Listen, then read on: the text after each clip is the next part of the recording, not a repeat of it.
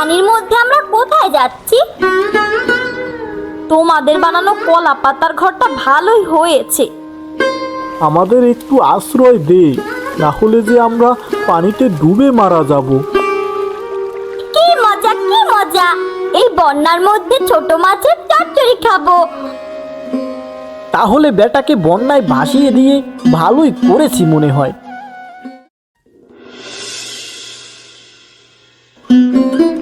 গ্রামের শেষ প্রান্তে নদীর তীরে বাস করত হারু ও তার পরিবার।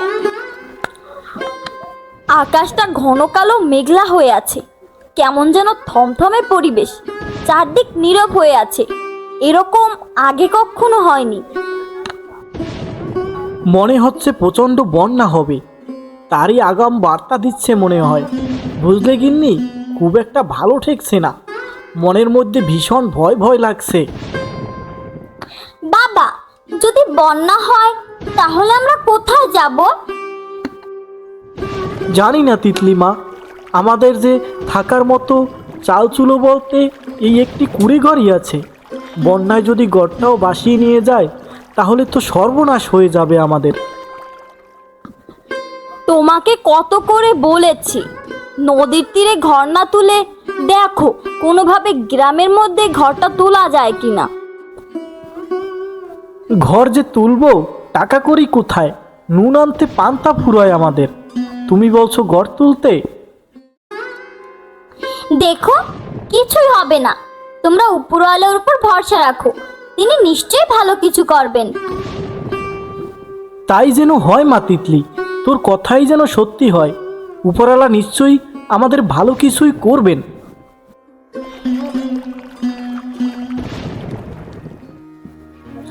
আয় হায় হায় হায়, আমাদের ঘরটা যে ভেঙে গেল, শেষ রক্ষে আর হলো না আমাদের। এখন কোথায় থাকবো আমরা? হাল ছেড়ো না গিন্নি, এখন আত্মবিশ্বাস হারালে বড় সর্বনাশ হয়ে যাবে। তাড়াতাড়ি আমাদের কিছু একটা করতে হবে।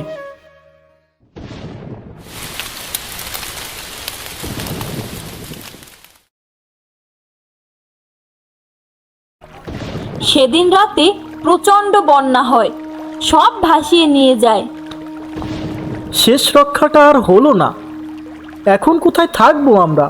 চারদিকে তো শুধু পানি আর পানি, কোথাও যাওয়ার জায়গা খুঁজে পাচ্ছি না। ও উপরালা, তুমি কি দেখছো না আমাদের? উপরওয়ালা হয়তো আমাদের পছন্দই করেন না, যদি পছন্দ করতেন তাহলে এত বড় বিপদ আমাদের দিতে পারতেন না।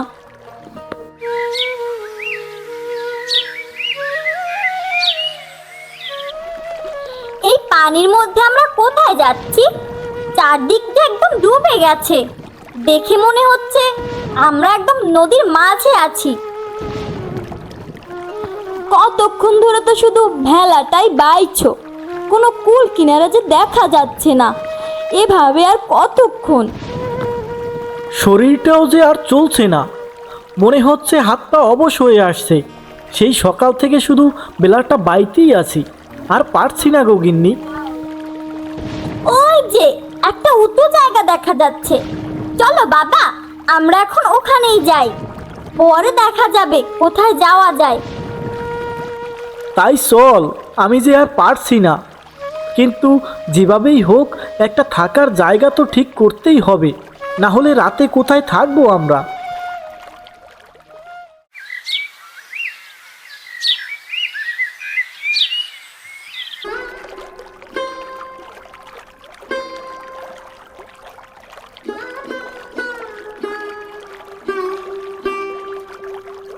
এখানে সব দেখছি কলা গাছ গিন্নি, এখানে এসে কোনো লাভ হলো এমন তো মনে হচ্ছে না আমার।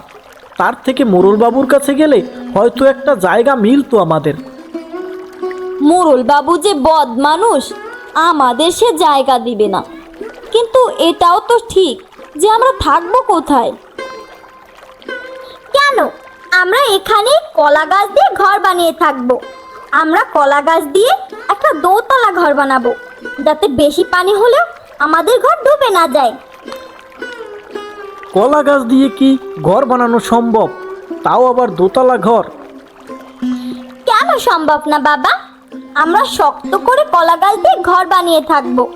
দেখবে ঝড় বন্যায় আমাদের ঘরের কিছুই হবে না। তুই যখন এত করে বলছিস, দেখি কলা গাছ দিয়ে কেমন ঘর হয়। তাছাড়া আজকে থাকারও তো আর কোনো জায়গা নেই, এই কলা গাছ দিয়ে ঘর বানিয়ে থাকতে হবে হয়তো। তুমিও মেয়েটার কথা সায় দিলে। কলা গাছের ঘর কি এই বন্যায় টিকতে পারবে? শুধু শুধু পরিশ্রম করে লাভ নেই। আহা গিন্নি, মেয়েটা এত করে যেহেতু বলছে, দেখি না শক্ত করে একটা বানিয়ে। তাছাড়া আমাদের তো আর কোনো থাকার জায়গাও নেই। দেখো বাবা, আমাদের ঘর ঠিকই থাকবে, বন্যা আসলেও কিছুই হবে না। আসো বাবা, আমরা এখনই বানানো শুরু করি। আয় মা, এখনই কাজে লেগে পড়ি। গিন্নি, তুমি একটু আমাদের সাহায্য করো, রাত হবার আগেই ঘরটা বানাতে হবে যে।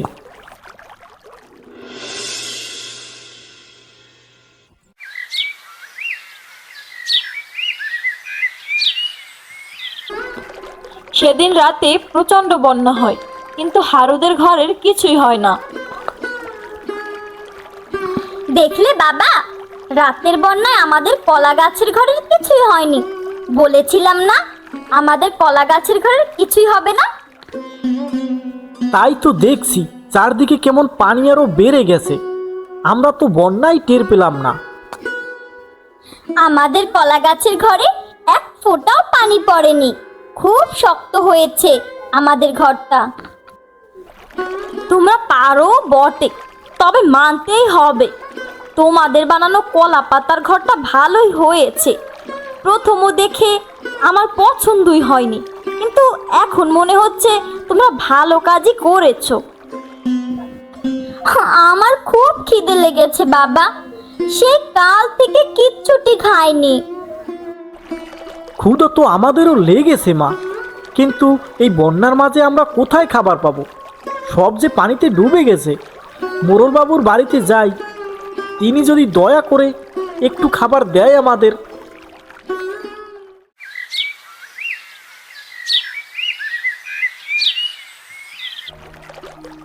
কিরে হারু যে, তাই এই বন্যার মধ্যে আমার বাড়িতে তা কি মনে করে এলি? আগে মোড়লবাবু, আমাদের ঘর যে বন্যায় ভাসিয়ে নিয়ে গেছে, আমরা কোনোভাবে একটা কলা গাছের ঘর বানিয়ে আশ্রয় নিয়েছি।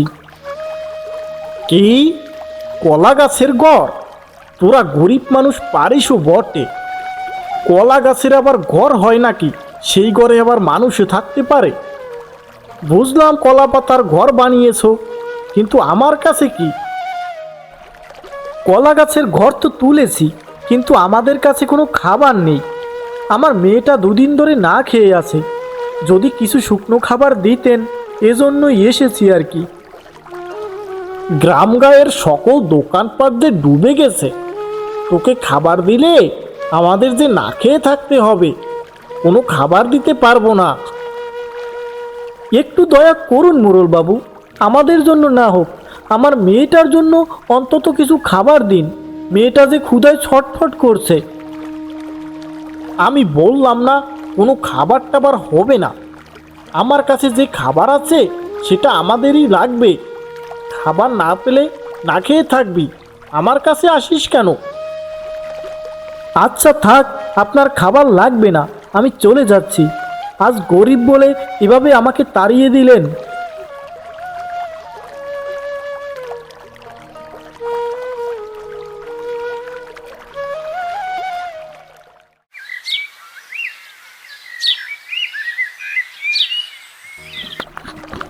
ওরা স্বার্থপর মানুষ, সবার আগে নিজেরটাই বোঝে, অন্য মানুষকে নিয়ে ভাববার সময় নেই ওদের।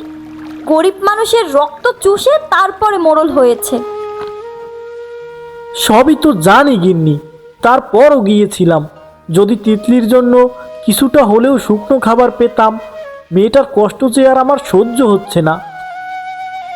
এখন আর আমার ক্ষুধা নেই বাবা, আমিও দু একদিন না খেয়ে থাকতে পারি। আমাকে নিয়ে এত চিন্তা করতে হবে না। চিন্তা করতে হয় রে মা, চিন্তা করতে হয়। এখন না হয় না খেয়ে আসিস, কিন্তু এমনভাবে আর কতক্ষণ থাকবি? খাবার ছাড়া যে মানুষ বাঁচে না।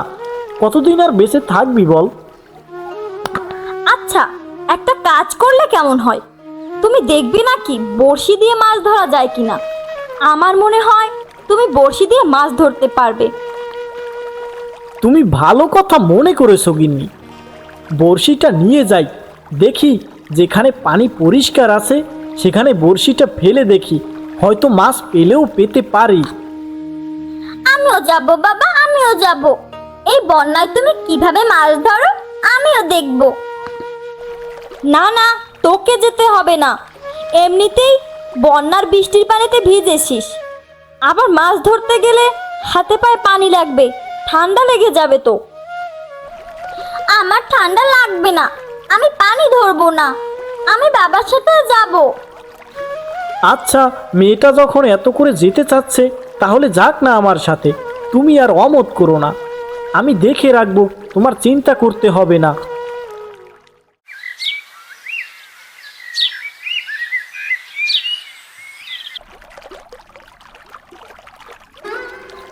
দেখলি মা তিতলি, দেখলি মাছ ধরতে জানলে বন্যার মধ্যেও মাছ ধরা যায়।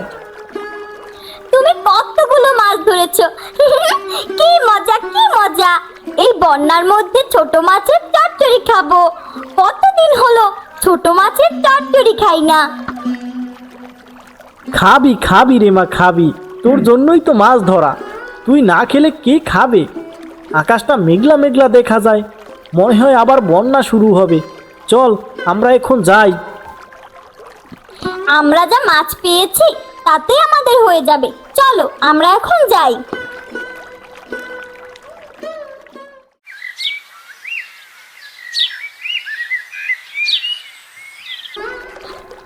মোড়ল বাবু, পানির গতি তো সুবিধা ঠেকছে না, গ্রামের সব বাড়ি ডুবে গেছে।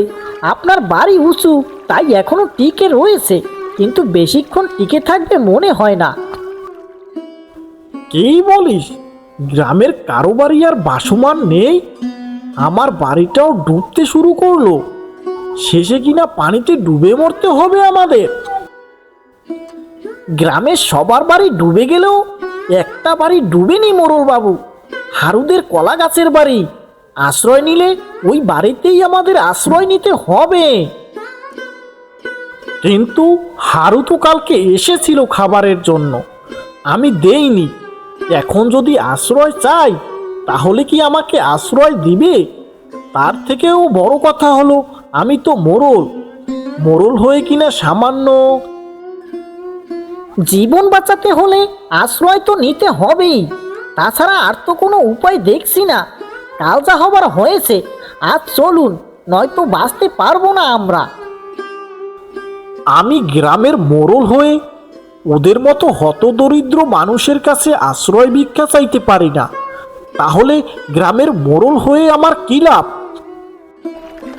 আপনি আছেন আপনার লাভ লস নিয়ে, এখানে পানিতে ডুবে মরার থেকে আশ্রয় ভিক্ষা চাওয়া অনেক ভালো।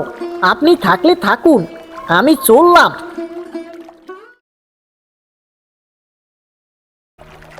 দেখো দেখো বাবা, পানিতে সাঁতার কাটতে কাটতে কারা যেন এদিকে আসছে।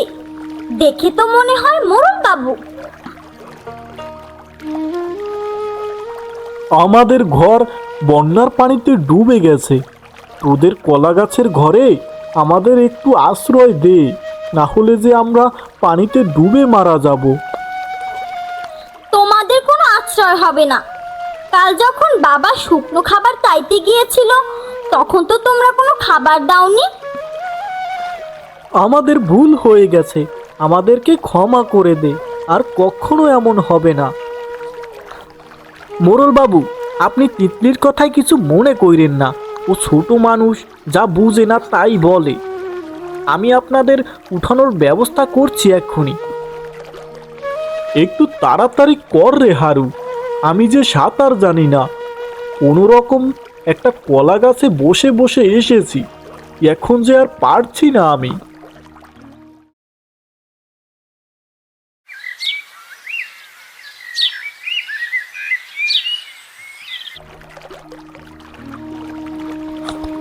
পরদিন তিতলির প্রচণ্ড জ্বর আসে।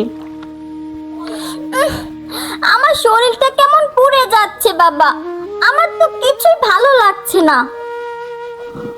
কত করে বললাম তিতলি পানিতে নামিস না, পানি লাগাস না গায়ে, তা তো শুনলি না। এখন হলো তো জ্বর, এখন শুয়ে আছিস, কেমন লাগছে?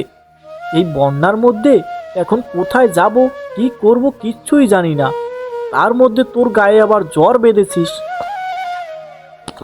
আচ্ছা, এই সময় তোমার ওকে বকতে হবে? হ্যাঁ, জ্বরে আমার মেয়েটা একদম ক্লান্ত হয়ে গেছে, কিছু একটা করো। আমার খুব খারাপ লাগছে বাবা, মুখটা কেমন তেতো হয়ে আছে আমার। গ্রামের যে অবস্থা, সবার বাড়িই তো পানিতে ডুবে গেছে। এই বন্যার মধ্যে কি কবিরাজ মশাইকে পাবো? হারু, তুই একবার যা, গিয়ে দেখ কবিরাজ মশাইয়ের কি অবস্থা, শরীর স্বাস্থ্য ঠিক আছে নাকি। যদি ঠিকঠাক থাকে তাহলে নিয়ে আয় তাকে। তুমি যাও, কবিরাজ মশাইকে নিয়ে আসো। তিতলির দিকে যে তাকানো যাচ্ছে না, এভাবে বসে থাকলে বড় কোনো একটা বিপদ হয়ে যেতে পারে। তাই যাই, হাত গুটিয়ে বসে থাকলে চলবে না। যাই কবিরাজ মশাইকে গিয়ে নিয়ে আসি।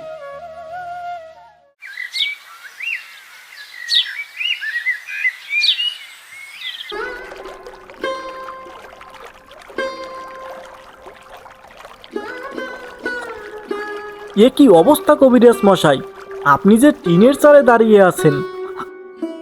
তুমি এসেছো ভালোই হয়েছে, বন্যায় আমার বাড়ি ডুবে গেছে, চারদিকে সব পানি আর পানি, কোথায় যাব, যাওয়ার মতো তো পরিস্থিতি নেই, তাই বাধ্য হয়ে এই টিনের চালে উঠে দাঁড়িয়ে আছি। আপনি আমার সাথে আসুন, আমার মেয়েটা অনেক অসুস্থ, বন্যায় ঠান্ডা লেগে জ্বর আসছে, মেয়েটার মুখের দিকে এখন আর তাকানো যায় না। তোর ঘর তো ছিল নদীর তীরে, তা তোর ঘর কি এখনো আছে? কি বলিস তুই? না কবিরাজ মশাই, আমার ঘর তো সেই বন্যার শুরুতেই ভাসিয়ে নিয়ে গেছে। আমরা একটা কলা গাছের দোতলা বাড়ি বানিয়েছি, সেখানেই চলুন, আমরা সেখানেই থাকি আর কি। চল তাহলে, আমাকেও নিয়ে চল, আমাকেও উদ্ধার কর একটু।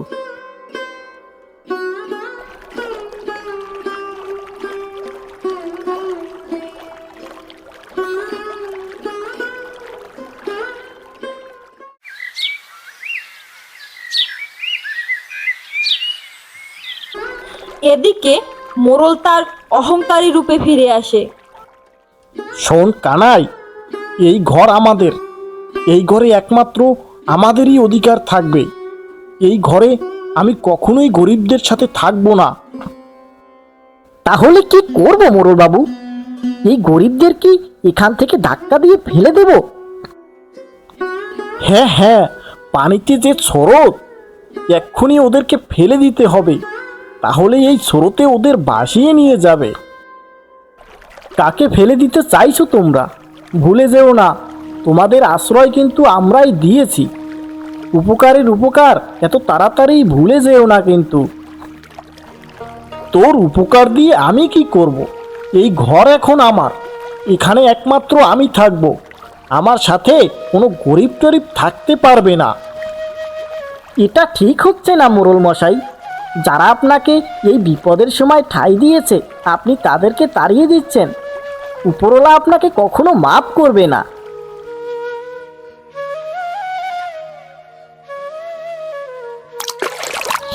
এই নে, আমাদের ঘর থেকে বের করে দিবি? এখন যা, পানিতে ডুবে যা।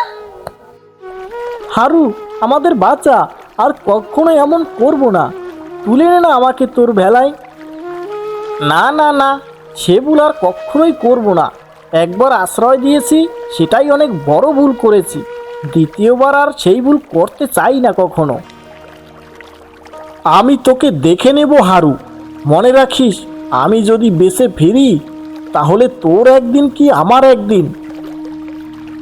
যা করার করে নিস, আমি আর তোদেরকে আমার ভেলায় কিংবা কলা গাছের ঘরে কখনোই জায়গা দিব না। আপনি বাঁচলে বাজির নাম। বন্যার প্রচণ্ড পানির স্রোত মোড়ল আর কানাইকে ভাসিয়ে নিয়ে যায়।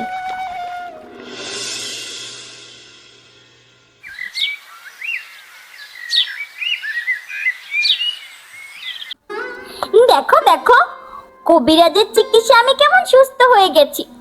জ্বরের কারণে আমি পুঁটি মাছ ভাজাটাও খেতে পারিনি, এখন মজা করে খাবো। এই বন্যায় যেখানে সবার জীবন নিয়ে টানাটানি, সেখানে এরকম একটা কলা গাছের ঘর আমাদের থাকার জায়গা করে দিয়েছে। আমি কখনো ভাবিওনি যে কলা গাছ দিয়েও ঘর বানানো সম্ভব। তিতলি আর ওর বাবা দুজনে বানিয়েছে, এখন দেখি ভালোই হয়েছে। কলা গাছের ঘরটা যেমন উঁচু তেমনি শক্তপোক্ত, এই বন্যায় ভালোই কাজে আসছে ঘরটা। উপরওয়ালা যা করেন হয়তো ভালোর জন্যই করেন। সারা গ্রাম পানিতে ডুবে গেছে, এই কলা গাছের ঘরটা না বানালে কোথায় থাকতাম। এখন এসব কথা ছাড়ুন, এই বর্ষায় গরম গরম পুঁটি মাছের ভুনো খেতে আহা ভারী মজা হবে।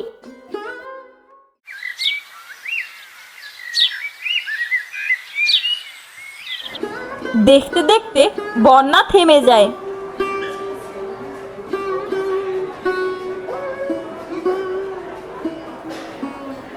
বাজারে কে এসেছে? হারুদা যে। কি মনে করে বাজারে আসলে বাপু? আমার কাছে সব শাক সবজি তাজা তাজা, কোনটা দেবো বলো? কি যে কিনবো, হাতে তেমন টাকা করি নেই বাপু। বেগুন তো বেশ ভালোই তাজা মনে হচ্ছে। এই বেগুনের কিলো কত করে? এমনিতে বেগুন বিক্রি করি 80 টাকা করে, তবে তুমি যদি নাও তাহলে তোমার কাছে কিলো অর্ধেক মানে রাখবো। এই ধরো 40 টাকা করে রাখবো আর কি। সবার জন্য 80 টাকা কিলো, তাহলে আমার জন্য কেন 40 টাকা? আমি এমন কে যে আমার কাছে তুমি অর্ধেক দামে সবজি বিক্রি করবে? তুমি তো জানো না বাপু তুমি কি করেছো। তুমি গরিবের রক্তচোষা মোড়লকে এই গ্রাম থেকে তাড়িয়ে দিয়েছো। ওই মোড়লের জ্বালায় আমরা তো ভালোভাবে দোকানদারি করতে পারতাম না। কেন, মোড়ল আবার কি করতো যে তোমরা ভালোভাবে দোকান দিতে পারতে না? সে কি তুমি জানো না? প্রতিদিন মোড়ল তো বাজারে এসে সবার কাছ থেকে চাঁদা নিত। শুধু তাই না, যা ভালো লাগতো তাই নিয়ে যেত। কেউ ভয়ে টাকা চাওয়ার সাহস করতো না তার কাছে, আর সেও টাকা দিত না কাউকে। তাহলে বেটাকে বন্যায় ভাসিয়ে দিয়ে ভালোই করেছি মনে হয়। ওই রকম মানুষ না থাকাই ভালো। হ্যাঁ বাপু, তুমি কাজটা ভালোই করেছো। এই বাজারে সবাই এখন থেকে তোমার কাছ থেকে অর্ধেক দাম নেবে। বাহ বাবা, তাহলে তো ভালোই হয়, অনেক বাজার করতে পারবো আমি।